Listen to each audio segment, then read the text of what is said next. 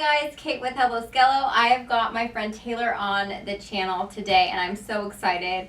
And I just want to remind you guys the YouTube channel is at Hello Skelo, Instagram at Hello Skelo, and this channel is to bring light, or the mission is to bring light, hope, and transparency around all taboo subjects, which including going through things like cancer, which is what Taylor has gone through. And we're going to talk about today. So hi, Taylor. Hi. Thanks for having me. Of course. Thanks for coming out and you doing this like on your time off. Of course. I appreciate it. Of course. So I'm just going to ask questions. Okay. And first of all, is cancer in your family? Breast cancer is, but Okay. nothing, since I had leukemia, nothing was traced back to that. Okay. So not before that. So there was no, like, growing up, there was no worries or like, hey, you guys make sure you get checked constantly, like it wasn't? No, nothing like that. We've always been healthy until I was sick. Yeah. And very little doctor visits, very, Like, like just- take over the counter, Right. like just if you had a cold or something. Right. Yeah. So how did you find out? Like, did you just go to your normal checkup or did you start to feel sick so you went? I definitely started to feel sick. I couldn't even climb the flight of stairs at work without like gasping for air and wanting to pass out. And I was 26 at the time. And so like obviously something's wrong when you can't climb a flight of stairs. And then I was like bruising really easily, taking naps on my lunch break. And I lost 20 pounds in a month. But like it didn't trigger anything. Like it's like an outer body experience, to be honest. Well, Yeah. and you were probably like, why am I so tired? Like, this Yeah. doesn't make any sense. Did you have those feelings of like, what is going on with me? Like, I tell everybody that I feel like I was blacked out without drinking. Like it was literally like you just don't remember your day. Like you remember being exhausted, but like you don't think about anything else besides how tired you are. Is really like that's all I could remember is thinking how tired I was. oh my gosh. Yeah. That had to be so hard. Like, especially with all your responsibilities and how you're like, go, go, go. Yeah, and I just moved out to Huntington Beach, and so my mom was like, you're going out too much, you're having too much fun, and I was like, it's the exact opposite actually. I like don't even want to get up to go to work, like sometimes like I'm so tired. So, and the doctors thought like it could be like anemia, where I was like low on my iron and stuff, and then they were like, are you eating properly? And I was like, yep, I'm eating an In-N-Out burger every day at this point for red meat, like, Right. and so yeah, it's crazy. Oh my gosh. So how long did it take? Did you go to one doctor? Did you go to multiple? Like, what was that journey like? So I eventually started like putting all the signs and symptoms together, and my roommate was like, yeah, I'm gonna go to the doctor's for her ankle. And I was like, oh, I paid for my medical, like I should go get a checkup at least, Right. And so I went and I was telling her all my like feelings, how I like was really tired, didn't want to like really go to sleep, like, or at work. When I was at work they would take a nap on the lunch break and things like that.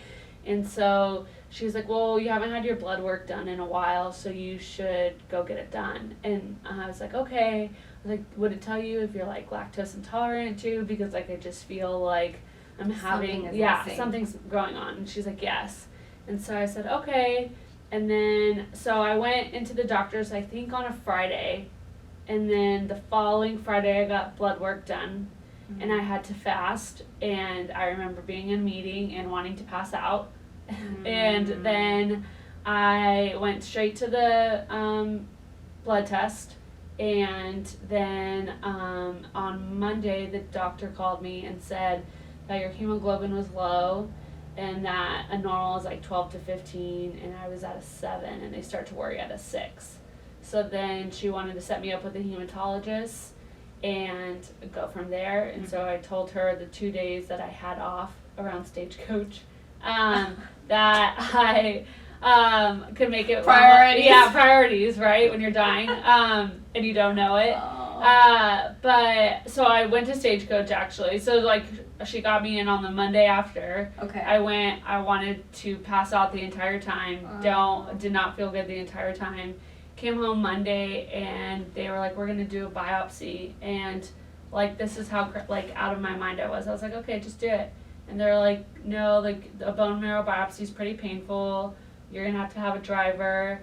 And like, but biopsy never even like registered like cancer to me at that point because I was so just exhausted. Like they did not even register. Yeah, nothing was really registering. Nothing. And so then it was all like within 2 to 3 weeks from when I went from my first doctor to the hematologist. He took the bone marrow biopsy. He told me he would let me know at the end of the week, and I got a call the next day to go to City of Hope.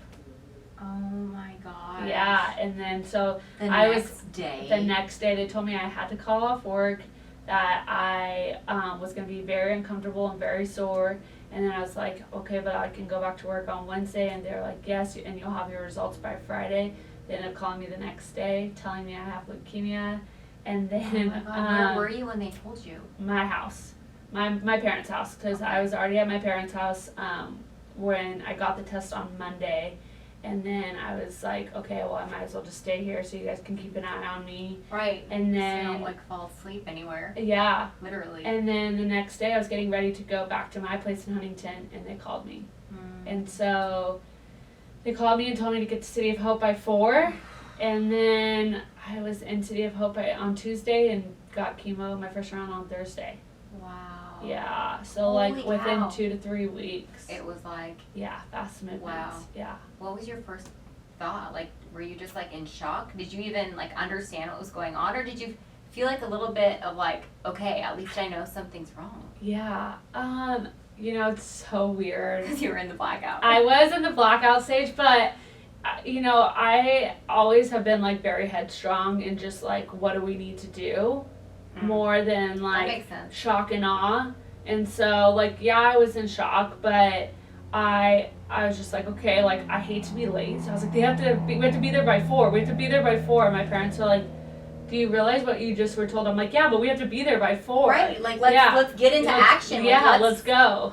Yeah. And so they didn't tell me that I was gonna have to stay the night. And so I get there, and then my dad had to go back to the house, collect all my things, and I stayed there for 15 days. So to start off with, and so yeah, I was shocked, but it was more like, okay, what do we have to do? Let's start this, and what do we have to do? Wow, it sounds like you accepted it like that, and just got into solution. Like, this is what they're telling me. Let's go. Pretty much that's how it was. cow. And I think my friends were like more shocked, but I was just like, let's do this. Right. Like, I don't know. It's Oh my so God. weird. I have a very, I feel like, different perspective. No, but like I'm saying, oh my gosh, because I'm like just in awe. Like, I am like enamored at that kind of strength. I mean, I guess you never know how you're gonna show up when like Right. things like that happen. Right. But like, I guess like and this is just like what I would think for me. I'd be like, you know, like, oh my Yeah. gosh, and just like freeze. Yeah. But it's like I hope that if this ever happens to me, that I am just like you and like, okay, let's go. Like, that just shows your strength and kind of where you're at. Yeah, In general. totally. I mean, I think like when I told my friends and they started crying, then I think it like maybe registered a little bit. But even then, because my doctor said that they caught it early because I went in so early, that I had like a very good prognosis. So it was just getting through the 3 years of chemo to like, that I just had to mentally prepare myself for that. Right. Which, like, how was that? I mean, obviously, I'm sure it makes you sick. Like, how close, what did they say when you got there? They were like, okay, we're going to do this, this, and this. Did they even give you a plan? Did you have a... They do give you a plan. It's kind of step by step just to see how you react to treatment. So they couldn't tell me more than like the next phase, you know what I mean? Because say I did like revert, then it would have been... They didn't know. Yeah, they wouldn't have known. Okay. So, it's kind of like built specifically for you. Right. But I mean, for my type of leukemia, it's in children. And so they had a very specific regimen that you do follow. And that's like I think the percentage now is like 90% cured, maybe 70, don't quote me, but I think it's a high percentage. Yeah. It's a high percentage that like successful rate if you follow that protocol. Okay. So we went in and I stayed for 15 days and I was doing really good, so they let me go. But basically within 30 days, I went from 90% to 0.63 contaminated. So it like the chemo really like did its job within the first month. Wow. To really, I mean, granted you would want to see 0, but they tested me. Huge. Yeah, it's huge. And so I was, people think that you're sick right away, like the movies show you, like you're Right. like when you're getting it, like you're throwing up the entire time. Like right when they stick you in the Right. IV, It was very cute. My dad was like, "I'm ready for you," and I was like, "Oh, like, but we're good. like I'm okay." I feel fine. Yeah, I was like, what are we eating for dinner is what I want to know. Like, what are you bringing me for dinner? And Yeah. he was like, "But I have a throw up bucket." I'm like, "But I'm okay. Like, I don't need to throw up." Right. So like that's Yeah. kind of crazy. Like our perception of going through these things, unless you have a loved one or somebody that's going through it, which Yeah. is why I was like, I hope she'll want to just share her story because Yeah. it shows us like what it's really like. Yeah. And like the realities aren't what it shows on the movies and what you hear about necessarily. Totally. It's just One thing about cancer is everyone's journey is 100% different. Like, I would obviously have people reach out to me and some of my friends now who have cancer, and we all go through like weird different like cravings or like this, I got this drug, what did you get type of thing. Right. So each one's kind of different, but it's very interesting, and even perspectives. Like I have friends who, are like, why did this happen to me? And everything's different. Yeah. Everything's different. I think the perspective is the main thing, because like even when like the whole brand was built off like my addiction, Yeah. and I for 10 years basically, like I wasn't going in and out of rehabs for 10 years, but I would literally think to myself like, something is wrong with me, and why did God make me like this? Like Yeah. I played victim role 110%, Yeah. and that's why this was built Yeah. for just like, yes, these things happen, Yeah. but it's how we deal with them, and it's how we choose to like take action we really control our mind. Totally. Like absolutely, like I'm sure you had a handful of times of like weak moments. Yeah. And me too. Yeah. But I also knew that like my experience, whether I was gonna like make it or not, Yeah. it was either I was gonna be positive and be taking steps towards living a better life and in solution, as opposed to just sitting in like, God, why me? And like killing myself. Yeah. Yeah. I mean, definitely mentally too, cancer is like a whole nother level. Like, you're like, should I be feeling this now? And you definitely become super in tune with your body, which I'm sure even like now when you're healthy, like you're super in tune and you're like, okay, like, am I feeling this way for a certain reason? Am I not? You know what I mean? Right. So, and then when you stop all your treatment, you're like, Is okay, is this gonna come back? Like, is Right. this, like, do you have to worry about this? Yeah. And it breaks people, I'm sure it does. Yeah. It has to. Because at some point you're just like, okay, should I be Constantly. scared? Right. Like Yeah. if you get like an ear infection or a common cold and, Yeah. and you're like, shoot, should I go to the doctor? It's back. Yeah. Yeah. So take me through like the 3 years. I mean, we're just talking about your perspective, but like Yeah. your growth through that. Like what things were important to you? Obviously Stagecoach was very important, and I'm sure it's still important today. Yeah. But like what did you care about then, and like what things shifted through your experience? I am a very kind person still. I would say the one thing that's changed is I stand my ground a little bit more because I know how strong I am. And so I don't necessarily think that's a bad thing, but I No. think that like sometimes my thoughts come out into play more than they did before. Let's just say that. Your family's like, Yeah. okay, Yeah. keep your opinion in. Exactly. So I definitely have been a little bit more opinionated, but I just like when people are complaining about little things now, it's like that's so minute compared to like real people problems. Right. Like, you know what I mean? If you don't like your job, go get a new one. Right. Like, if you don't like so and so, like you have the choice now to like be your friend or not. You know, you're an create adult now. boundaries. Exactly. Like, find your solution is basically what I hear. Right. And like you get to pick and choose what you have in your life. Right. So I'm not going to be sitting in this box with you while you complain and dump all this negativity on when there is a solution. Yeah. You go to it or we're done. Right. And like when you go to City of Hope now, it's like, how can I complain about my long day when like I'm all better and these people are still getting hit every day with chemo, and like obviously some people are worse, and so you can just see it and you're like, okay, I have 0 complaints today. Mm-hmm. I have no complaints. We will push through whatever hard time there is, and that's it. Yeah. So that is definitely something that has changed 100%. Like a positive, actually. Yeah. A major positive shift. Yeah. Do you, so are you on, like, do you have to check in, or like what does the post care look like? So I did 3 years. Okay. The first year was pretty rough. Just a ton of chemo, and even when I got told that I was in remission, they still hit you twice as hard because they can come back. Sure. Yeah, to make sure it's gone. Okay. So there were days where I'd get chemo for 24 hours and then be throwing up for the next 7 days. Or I eventually got allergic to a chemo, and you never know you're allergic until you give it. So that was a fun experience. Oh. Yeah. Oh, it's not a fun experience. But so then you have to end up changing your treatment plan, and it goes like every other day instead of once a week because they had to give you a different shot. Yeah, Right, they gotta give you get smaller you, like, doses. ramped up. Yeah, and so that happened for like the first year, and then after the first year, it was you took chemo pills every single day, and then you got chemo in your spine once every 3 months, and chemo in your port once a month. So there was times where I would get like 3 different chemos in a day, in my spine, in my port, and in orally.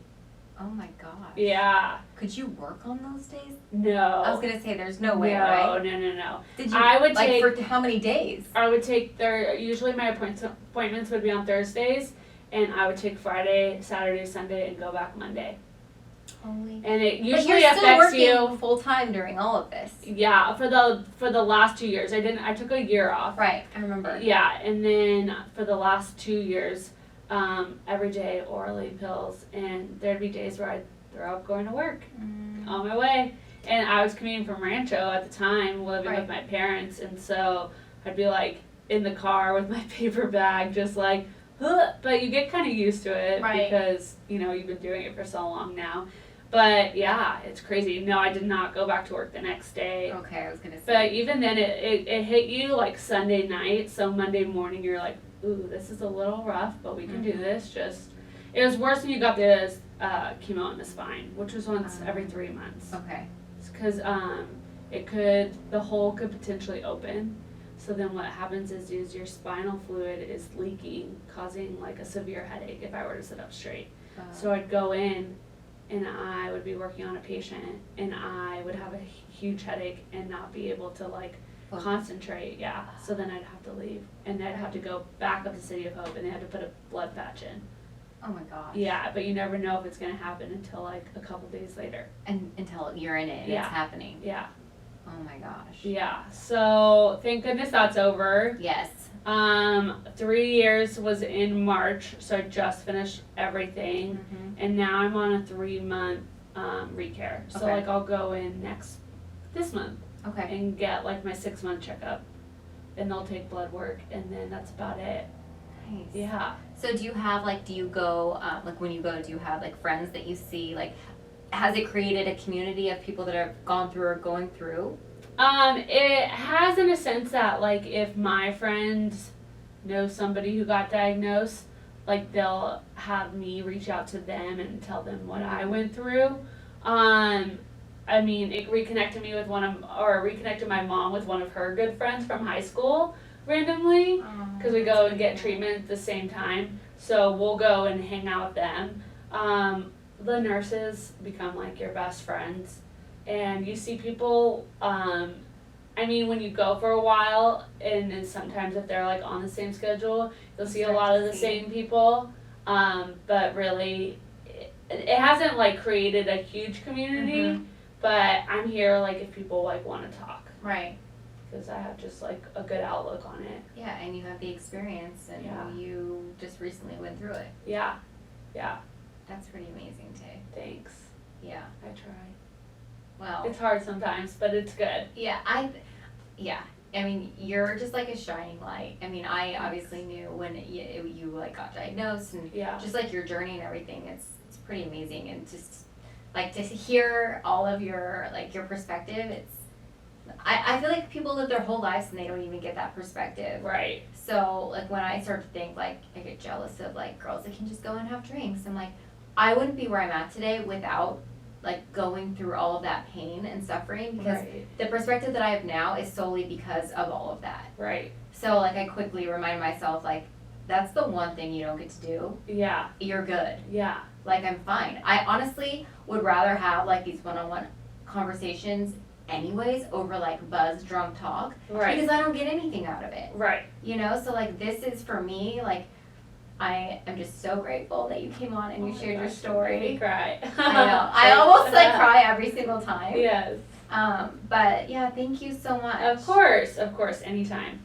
Okay, guys, and this is gonna be, obviously, this will be in on this Sunday. It'll be every Sunday, and just remember, the proceeds of all of the clothing are going towards scholarships for people that are ready and willing to change their lives, and that could be somebody who is diagnosed with cancer or leukemia, or an eating disorder, and just can't afford some help, and we just give them a check to help. So please watch these videos and follow Taylor. Thanks. Thanks, guys.